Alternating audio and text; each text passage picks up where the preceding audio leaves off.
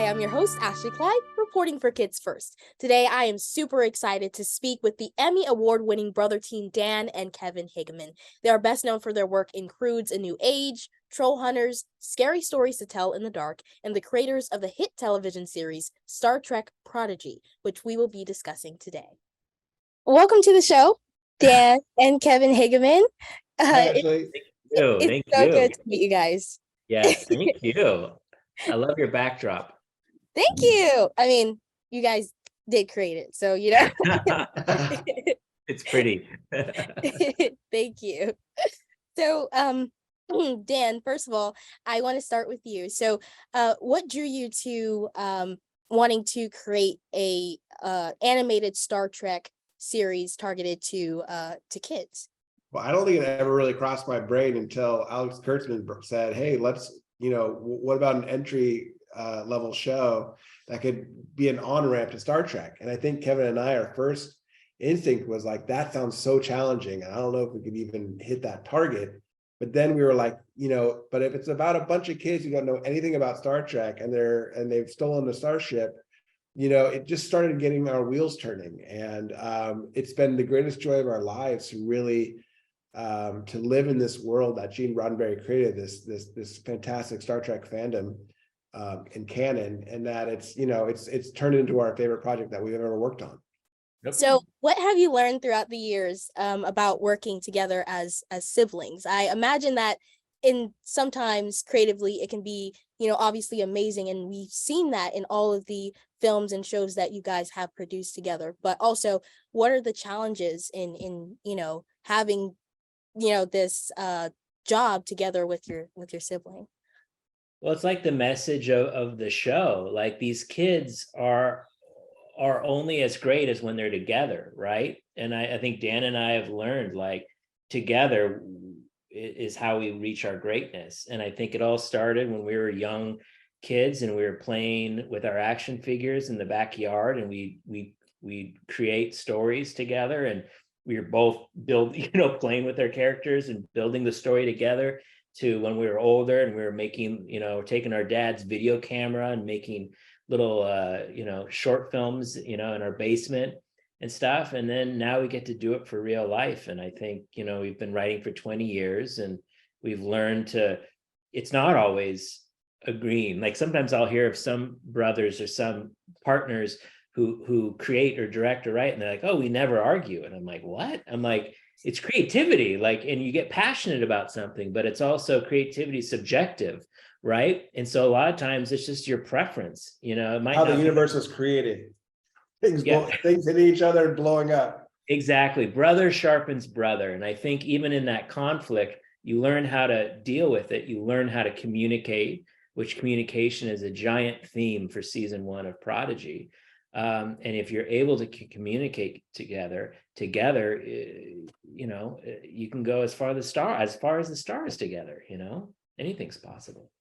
Would you guys ever consider a project with any of the brother duos of entertainment today? So Russo brothers or the Duffer brothers. Has that ever crossed your mind?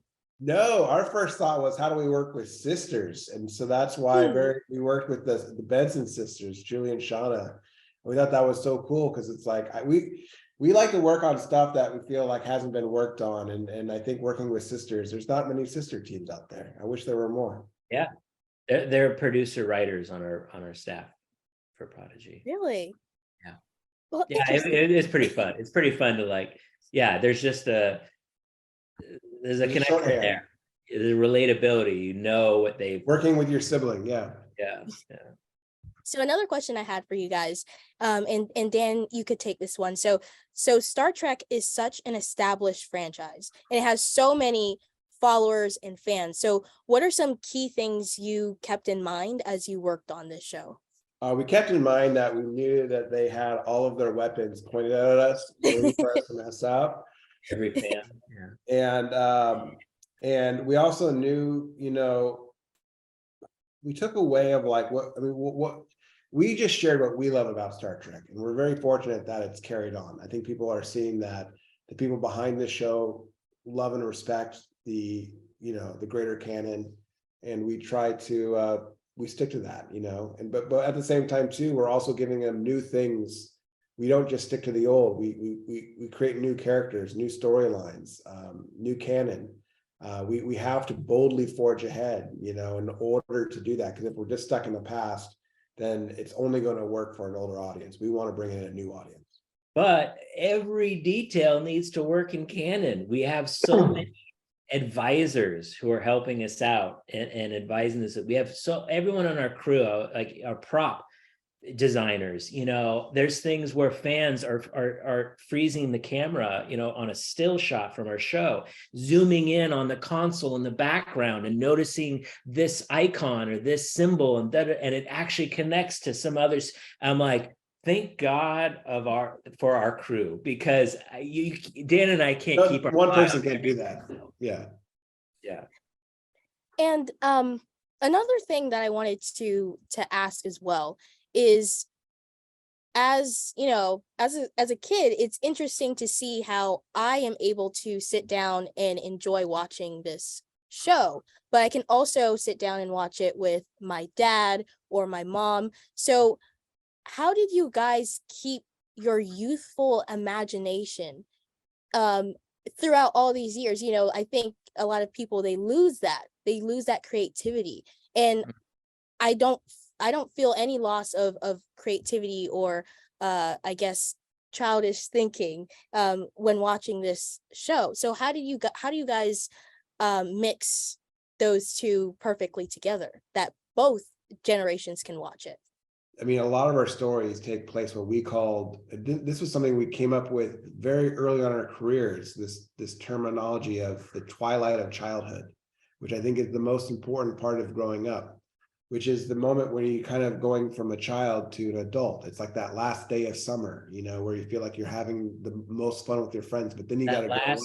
That last adventure, that last little teenage romance, you know, it's those difficult lessons that you need to learn growing up, you know, because I think you have a view, when you're a child, you have a view of what adulthood is, and then you start learning what adulthood really is.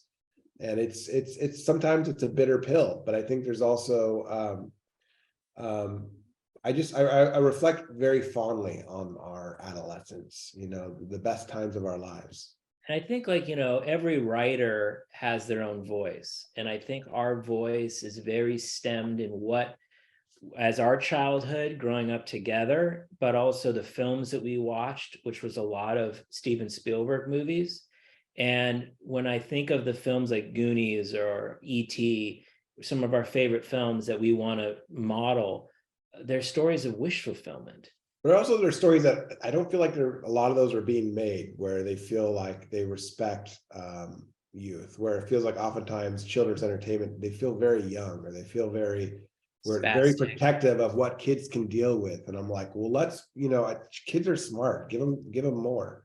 You know, when I saw E.T. dying on the table, like it affected me, you know, and that's, kids can handle that. Or the movie Iron Giant, you know, those are the movies that stick with you, right? Because they really emotionally challenge you. But when you look back, that's the movie or the TV show you remember as a kid. Yeah.